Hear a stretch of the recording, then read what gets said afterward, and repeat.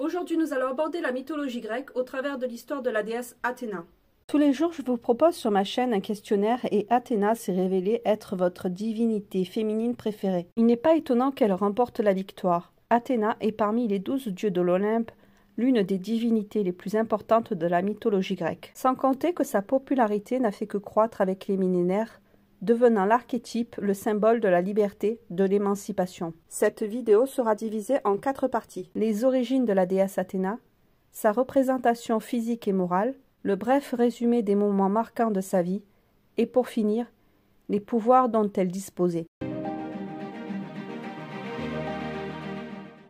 L'histoire d'Athéna débute avec Zeus, le dieu suprême de l'Olympe. Avant qu'il ne soit marié à la déesse Héra, il eut une première épouse, Métis. Cette déesse océanide était belle, mais surtout se trouvait être la personnification de la sagesse et de la ruse. Fille du titan Océan, comprenez que les titans ont précédé les dieux de l'Olympe. Ce titan a aidé Zeus à libérer les frères et sœurs de ce dernier que leur père, le titan Cronos, avait dévorés les uns après les autres, sachant qu'un jour, l'un de ses enfants causerait sa perte. Zeus, dernier né de la fratrie des 6, ne fut pas avalé comme les autres grâce à la ruse de sa mère. Il fut celui qui détrôna son père, réalisant ainsi la prophétie. Revenant à Zeus et Métis. Fasciné par la déesse, Zeus la poursuivit pour en faire son épouse. Métis tenta bien de résister aux dieux. Possédant la capacité de se métamorphoser en tout ce qu'elle voulait, elle fuit, se cacha, mais cela fut peine perdue. Zeus réussit à l'attraper et Métis se retrouva dans l'incapacité de se libérer de sa prise. Elle n'eut d'autre choix que de lui céder. Pour autant, avec Métis comme épouse et conseillère avisée, Zeus se révéla être un meilleur dirigeant de son royaume céleste. Il fut capable de maîtriser le chaos qui subissait la terre depuis la nuit des temps. Lors d'une visite de l'un des dieux primordiaux, certaines légendes disent que cela était Gaïa ou d'autres Cronos. Une prophétie fut annoncée, celle que le fils qu'il aurait avec Métis serait voué à le détrôner. Craignant de subir le même sort que son propre père, Cronos, Zeus suivit son exemple. Il demanda à Métis qu'elle se transforme en une goutte d'eau afin qu'elle lui permette de goûter à son pouvoir de métamorphe. Dès qu'elle accéda à sa requête, Zeus avala sa femme. Il préféra encore se séparer d'elle que de permettre à son futur fils de naître et d'ainsi réaliser la prophétie qui causerait sa chute. En ingérant Métis, Zeus devient un dieu plus sage, juste et moins impulsif qu'il avait été jusqu'ici.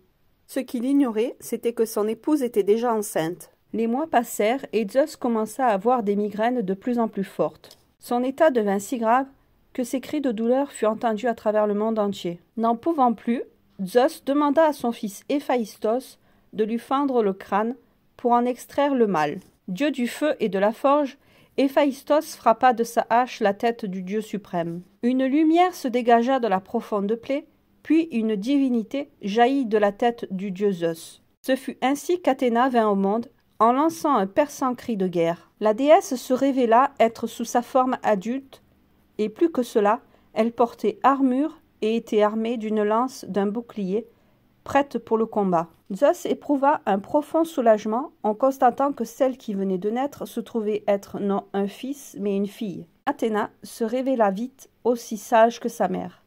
Elle devint la déesse de la sagesse, mais également la déesse de la stratégie militaire, de la guerre défensive, concurrençant ainsi son demi-frère Arès, dieu de la guerre. Si vous vous demandez ce qui est advenu de la pauvre Métis, elle survécut, prisonnière dans l'estomac de son cher et pas du tout tendre de mari, Zeus. Pour autant, celui-ci obtint gain de cause puisque le fils annoncé ne vint jamais au monde et ainsi Zeus demeura sur son trône olympien.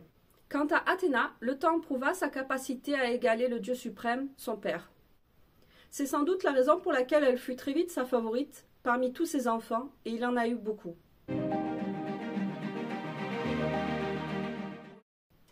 Athéna est la plupart du temps représentée comme une déesse guerrière armée d'une lance, d'un casque et d'un bouclier.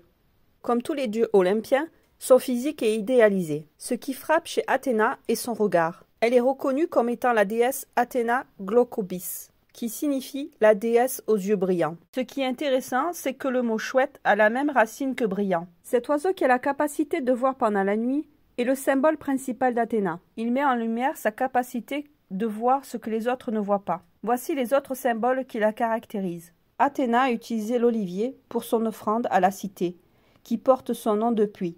Il est également un symbole de paix.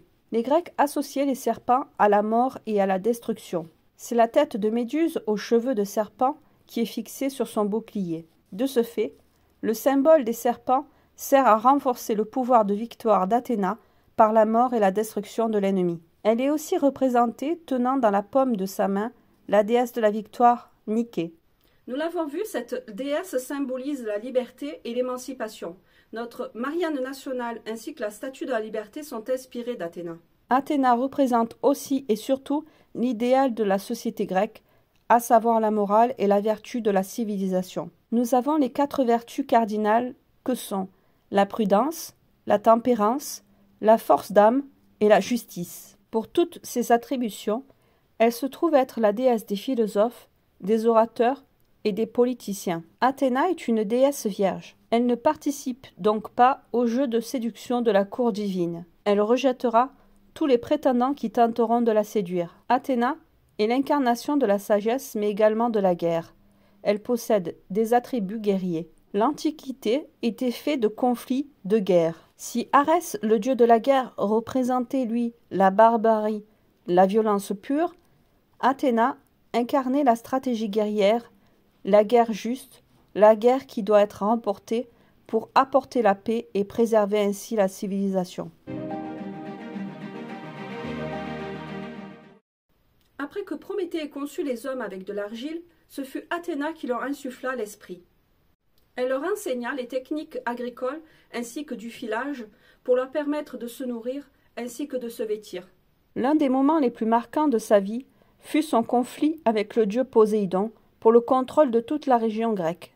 Pour mettre fin à la dispute, les 2 divinités acceptèrent de se soumettre à l'arbitrage du fondateur de la ville d'Athènes qui ne portait pas encore ce nom. Athéna et Poséidon devaient offrir un cadeau à la cité et le peuple déciderait du gagnant en fonction de l'utilité du présent. Poséidon brandit alors son trident et fit jaillir d'un rocher un cheval magnifique pouvant porter cavaliers et armes, traîner des chars et faire gagner des batailles. Athéna se pencha alors sur un morceau de terre, toucha et fit sortir un arbre permettant de nourrir, soigner les blessures et ne mourant jamais. Poséidon obtint les voix de tous les hommes de la cité, pensant que cela leur accorderait la victoire dans toutes les guerres à venir. Athéna obtint toutes les voix des femmes de la cité qui voulaient la paix et non la guerre. Athéna emporta la victoire avec une voix d'avance. Ainsi la ville prit son nom, et Athéna en devint la protectrice ainsi que de toute la région. Cette protection fut plus que nécessaire, alors que mauvais perdant, Poséidon, dieu des mers et tremblements de terre, s'en prit à plusieurs reprises à la Grèce en provoquant marées et séismes. Athéna prit son rôle très au sérieux, puisqu'elle vint en aide aux héros grecs.